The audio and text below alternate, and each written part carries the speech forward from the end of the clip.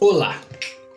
Bom, primeira coisa, esse vídeo é destinado muito mais aos católicos e àqueles que buscam, mesmo que ainda não inseridos, mas que buscam por viver pela doutrina católica, do que para qualquer outra religião. Pode parecer estranho pelo próprio título, porque os católicos automaticamente já gostam, né, já entendem Maria, etc. Mas será que entende mesmo? Será que tem um embasamento de fatos, argumentos, que ele possa se apoiar e falar assim, não resta dúvida? Então é para você. Quando um ouvido se fecha, quando um ouvido simplesmente faz isso, não tem argumento bem feito, bem estruturado que penetre nesse ouvido. Então esse vídeo é para quem quer ouvir. Não adianta. Comecemos então no Evangelho de São Lucas, capítulo 1, versículo 13. Mas o anjo disse-lhe, não temas, Zacarias, porque foi ouvida a tua oração. Novamente, ele torna a Zacarias e diz no versículo 19. O anjo respondeu-lhe, eu sou Gabriel, que assisto diante de Deus. Ou seja, podemos ver que o anjo tem uma missão muito clara, que é levar a Zacarias a notícia de que ele será pai, junto com Isabel, mesmo que em idade avançada, de João Batista, o profeta dos profetas, aquele que anunciou contemporaneamente o próprio Cristo. Vemos que o anjo ele é muito sucinto, ele precisa passar uma missão e ele passa. Ele falou, ele assiste diante de Deus, ou seja, ele está ali presente diante de Deus totalmente. Quando a gente anda um pouquinho agora no Evangelho de Lucas, no capítulo 28, o mesmo anjo Gabriel também faz uma visita, porém agora é para uma outra pessoa. E ele disse, entrando o anjo, disse-lhe, Ave, cheia de graça, o Senhor é contigo. Ou seja, o mesmo anjo que foi sucinto e direto com Zacarias, que era um homem muito virtuoso perante os olhos de Deus e de Israel, ele simplesmente tinha que falar o que ele tinha, se apresentou e foi embora. Aqui, a primeira coisa que ele diz é uma reverência. Ave, que é uma reverência dita à realeza. Ave é uma reverência dita à realeza. Eu não viro para o meu primo, para o meu cachorro e viro ave. Eu viro para um rei de nobreza constatada e falo ave, rei. O anjo Gabriel virou para Maria e disse ave. E ele não falou ave Maria. Ele simplesmente considerou Maria como um sinônimo dela. Qual que é o sinônimo de Maria? Ser cheia de graça, ser plena. Ela era a plenitude da graça. Se alguém era agraciado, se alguma criatura já foi agraciada nesse mundo, eu tive graça de Deus, ela era a plenitude dela. Começamos por aí. Aí ele fala, não temas, Maria, pois encontraste graça diante de Deus. O que é encontraste graça diante de Deus? Deus olhou para ela e naquela criatura mais bela, singela e perfeita que ele conseguiu fazer, ela foi agraciada. Dela só tem graça. Uma pessoa que é grátis, é plena, que é plenitude de graça, só sai graça. Se você encher uma garrafa de água, até a boca, até o talo, não tem como você enfiar o dedo lá e achar óleo, petróleo, Coca-Cola. É água, é graça e é graça. Vocês lembram quando Jesus Cristo ele percebe um murmurinho entre os apóstolos, que os apóstolos queriam se perguntar ali quem era o maior entre eles? Jesus Cristo, percebendo, vira e fala, o maior entre vocês no reino dos céus é aquele que serve a todos, é o menor aqui na terra. Com Maria foi exatamente isso. Maria era tão pobre de Deus, tão serva, tão obediente, silenciosa, que depois desse anúncio todo, angelical literalmente, ela não disse assim, tá bom, Deus, eu vou fazer a tua vontade. Faça-se em mim segundo a tua vontade. Eis aqui a serva do Senhor. Ela, por ser serva do Senhor, ela sabia que nada que ela pudesse fazer ou alcançar era mérito dela. Maria foi isenta. Porque uma pessoa que é graça plena não tem espaço para outra coisa, a não ser graça, pureza, beleza de Deus. Quem já teve um contato com Deus em retiro, um encontro, crisma, o que quer que seja, sabe que quando a gente tem encontro com Deus, o que a gente mais quer é ficar nele. O que a gente mais quer é ficar naquela paz. Esquece o mundo, esquece tudo, esquece sua mãe. Você quer ficar naquele momento. Imagina Maria, que não teve isso só espiritualmente, mas fisicamente. Ela estava com o rei na barriga, literalmente. Ali estava o Cristo, o Filho do Altíssimo. Ela curtiu aquele momento, óbvio. O Espírito Santo estava pleno nela, óbvio. E o que o Evangelho nos mostra? Que ao ver que Isabel estava grávida de João Batista, ela foi até lá ajudar. Ou seja, viver para Deus não é viver para si, é viver para o outro, é viver da caridade. Maria Isabel, que também tinha tido um encontro especial com o Espírito Santo, um encontro especial com o poder de Deus, ao ver Maria, o coração dela, o menino pulou em seu ventre e ela conseguiu perceber que ali estava a mais bendita entre todas as mulheres. Não é a mais bendita entre todas as mulheres de Jerusalém, não. É a mais bendita entre todas as mulheres de todos os tempos. Não tem como uma mulher qualquer ser bendita. Não tem como uma mulher qualquer ser, inclusive, a mais bendita. Daí a gente já tira que Deus olhou para a própria Maria e quis, por vontade própria, colocar algo diferente nela que ninguém dessa humanidade conseguiu chegar e alcançar. Bendita és tu entre as mulheres. Maria, na sua inteira servidão e caridade, mais uma vez, ela serve como um candelabro de vidro. Imagina um candelabro de vidro. Ele pode ser lindo, maravilhoso, mas o que a gente tem interessado é a luz. É na luz de dentro que sai. Maria vai e ajuda Isabel, e nesse momento em que elas têm esse encontro, ela vira e recita o Magnificat, em que ela diz assim: por isso, desde agora, me proclamarão bem-aventurada todas as gerações. Mas não por mérito dela, sabe por quê? Porque realizou em mim aquele que é poderoso e cujo nome é santo. Ela, na sua pobre servidão, entendeu que os méritos eram todos de Deus. E por ele, em meio a todas e todas, ter escolhido aquela alma, aquela criatura linda, maravilhosa, preparada, não foi ao acaso. Nada que Deus faz é ao acaso. Tudo é perfeito. Então, se ele escolheu algo é porque não tinha outro a ser escolhido. Todas me proclamarão bem-aventurada. Eu aqui, 2000 anos, estou proclamando. É bíblico, gente. Tá aqui. Andando um pouco pelo Evangelho, a gente consegue perceber que realmente Maria é muito silenciosa. E por ser silenciosa, ela age quando ela tem que agir. Sabe essa é a diferença? Ela fica em silêncio, um silêncio contemplativo, um silêncio de um verdadeiro adorador. E ela age quando tem que agir. Ela aparece em momentos muito específicos, mas momentos muito marcantes. Primeiro, a gente pode dizer que ela introduziu a vida pública de Jesus. Sabe como? Explicar. Bodas de Caná, eles estavam, de acordo com o Evangelho de João, foram convidados a uma festa de casamento. E nessa festa, chegou o que? A faltar o vinho.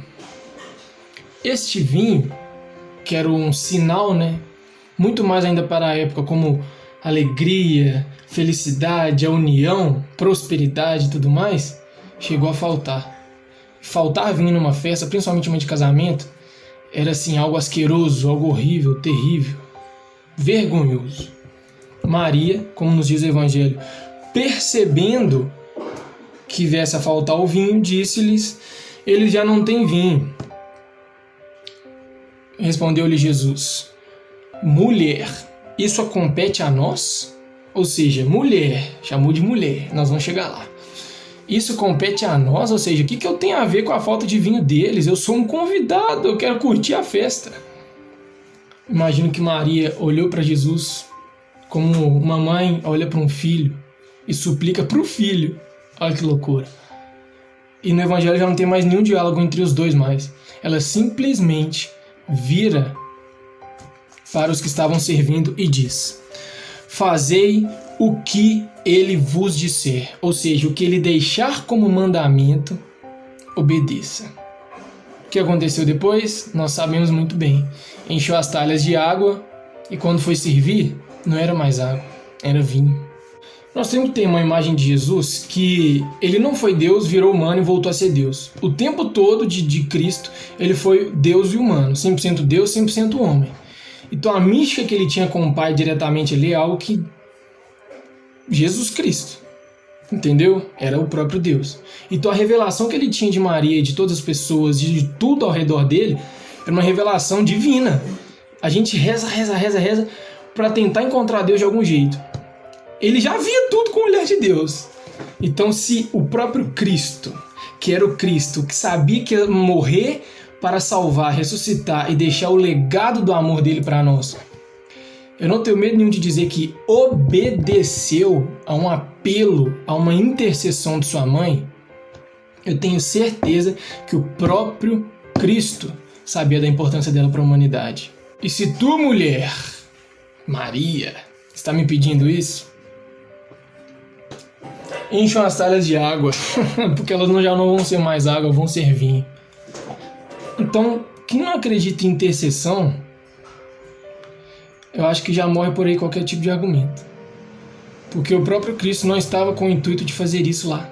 O próprio Cristo saiu sem o intuito desse, mas vendo o apelo de sua mãe por aqueles que deixaram a desejar, ou seja, por aqueles que erraram no planejamento, aqueles que pecaram no planejamento, vendo o desespero e a necessidade de alguém que olhasse por eles, ela fez esse intermédio. Tá mais que claro, não é possível, tá bastante claro. Então, segundo o Evangelho de João, capítulo 19, ele relata o momento da crucificação. Ele diz que ao levantarem Jesus Cristo, esperando, a morte dele, estava junto à cruz Maria. E o que Maria estava fazendo? Chorando, triste, ai meu Deus, está tudo acabado. Não, Maria estava de pé. Sabe o que significa estar de pé? Segundo a liturgia, prontidão. Além de respeito, é prontidão, ou seja, ela estava pronta. Para o que tivesse que acontecer, ela ali estava pronta. E devemos entender que uma morte por cruz, ela causa asfixia.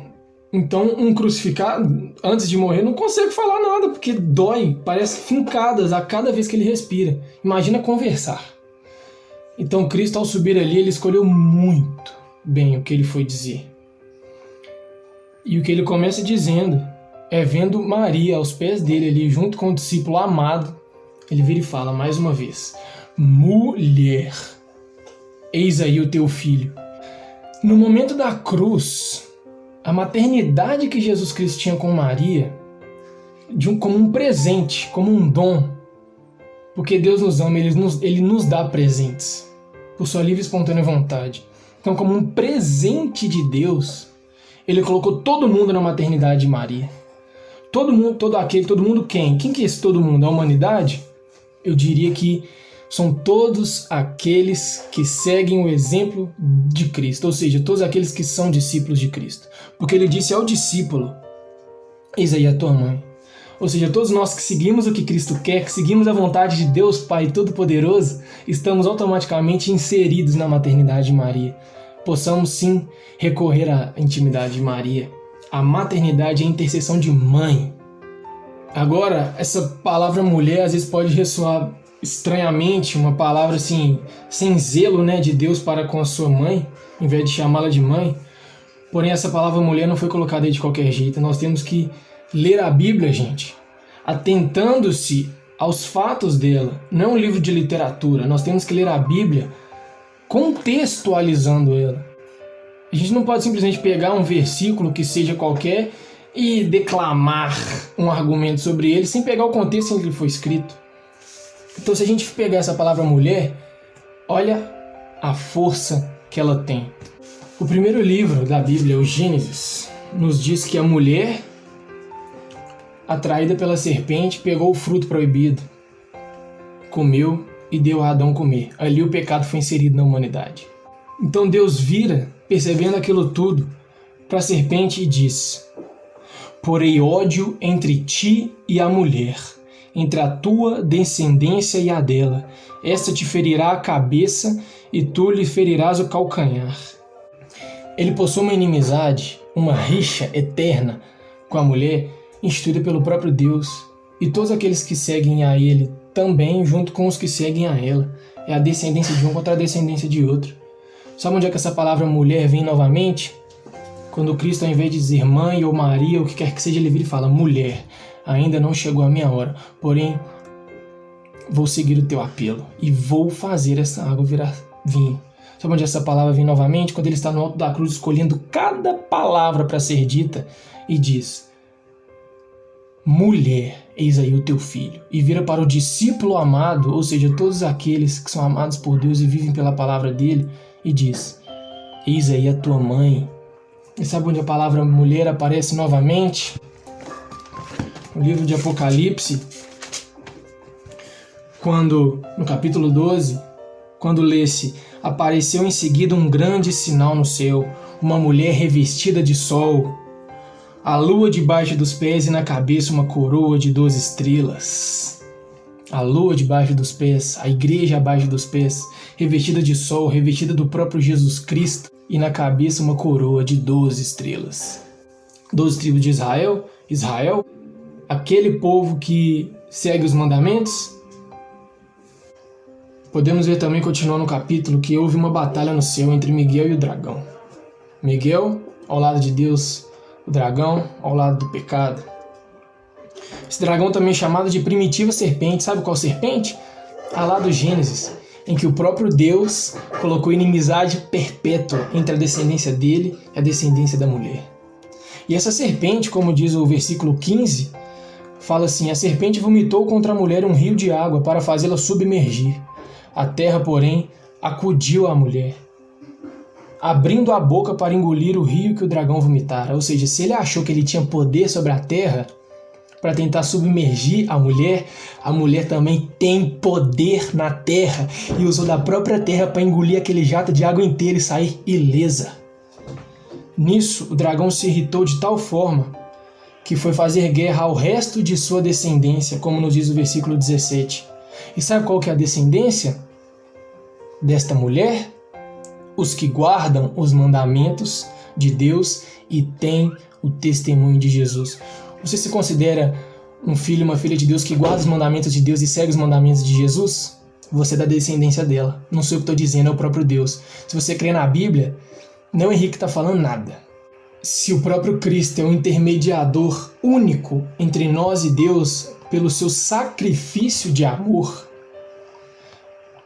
que bênção que Cristo se encarnou por nós. E que bênção que Deus escolheu uma mulher pura, singela, cheia da graça, para que nós possamos chegar a Cristo. Sabe, você já reparou a dificuldade que nós temos de alcançar a Cristo, o próprio Cristo, seguir os mandamentos dele, viver de acordo com a vontade dele, fazer o que ele nos pede? E Maria nos mostra, com sinal de pureza e singeleza, que sim, devemos venerá-la. O que é venerar? É pegar como um exemplo a ser seguido. Se Cristo é o exemplo máximo, master de amor, ou seja, ele deve ser adorado, Maria é o exemplo master, máximo de como adorá-lo, de como alcançá-lo, de como contemplar tamanha beleza que é Cristo. Após o seu nascimento, ela foi levar Cristo para ser anunciado. E ali disse uma palavra: eis que uma lança transpassará o teu peito. A gente sabe muito bem que o peito de Cristo foi transpassado na cruz. Porém, essa fala não foi dita a Jesus, foi dita a Maria. Vamos trazer para a realidade. A comunhão espiritual, física, tudo, a comunhão perfeita, sublime que existia entre Maria e Jesus era tão maravilhosa que a dor que Cristo sentiu, o coração transpassado de Cristo na cruz, foi o coração transpassado de Maria vendo tudo aquilo ali. E se o próprio Jesus Cristo instituiu Pedro como pedra da igreja, aquela em que o inferno não prevalecerá jamais, e disse a ele que o que for ligado na terra será ligado no céu, e o que for desligado na terra será desligado no céu, Maria se ligou de tal forma a Cristo na terra ainda, que a sua ligação no céu é ainda mais sublime. E ela, por ser essa Santíssima Virgem, tem sim a força da intercessão, porque no Evangelho Jesus Cristo obedeceu a um apelo de sua mãe, queira ou não. Então, para finalizar, eu tenho uma imagem de Nossa Senhora aqui na minha sala e eu posso dizer claramente que essa imagem, ela não se limpa sozinha, essa imagem se empoeira, essa imagem não fala, essa imagem quebra. Ela quebra, ela é de gesso.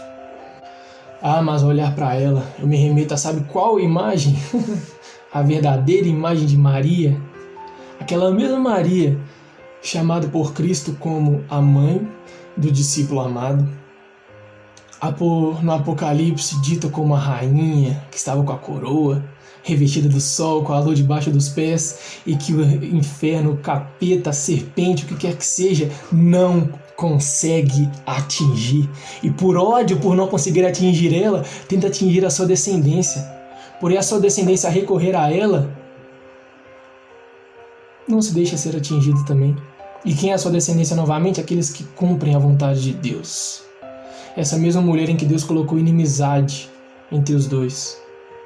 Ou seja, colocou inimizade entre o bem e o mal. Maria é o bem. É o bem que consegue nos mostrar um exemplo de como alcançar a santidade, de como ser um perfeito adorador. Maria nunca quis e nunca vai querer em sua existência tomar o papel de Cristo na salvação. Jamais. Porque ela, como dita com as próprias palavras, é uma pobre serva. Ela nos mostrou que ser um pobre servo é a maneira mais maravilhosa de alcançarmos qualquer que seja a santidade, qualquer alcance num casamento eterno entre Cristo e nós. Então essa Maria, ao olhar e ao ter a minha intimidade com ela, ela tem sim poder de me transportar para dentro do coração do meu verdadeiro e único Deus, único que deve ser adorado. O culto de adoração é somente a Ele. E ainda bem que Ele nos quis dar como presente Maria como mãe e rainha. Amém.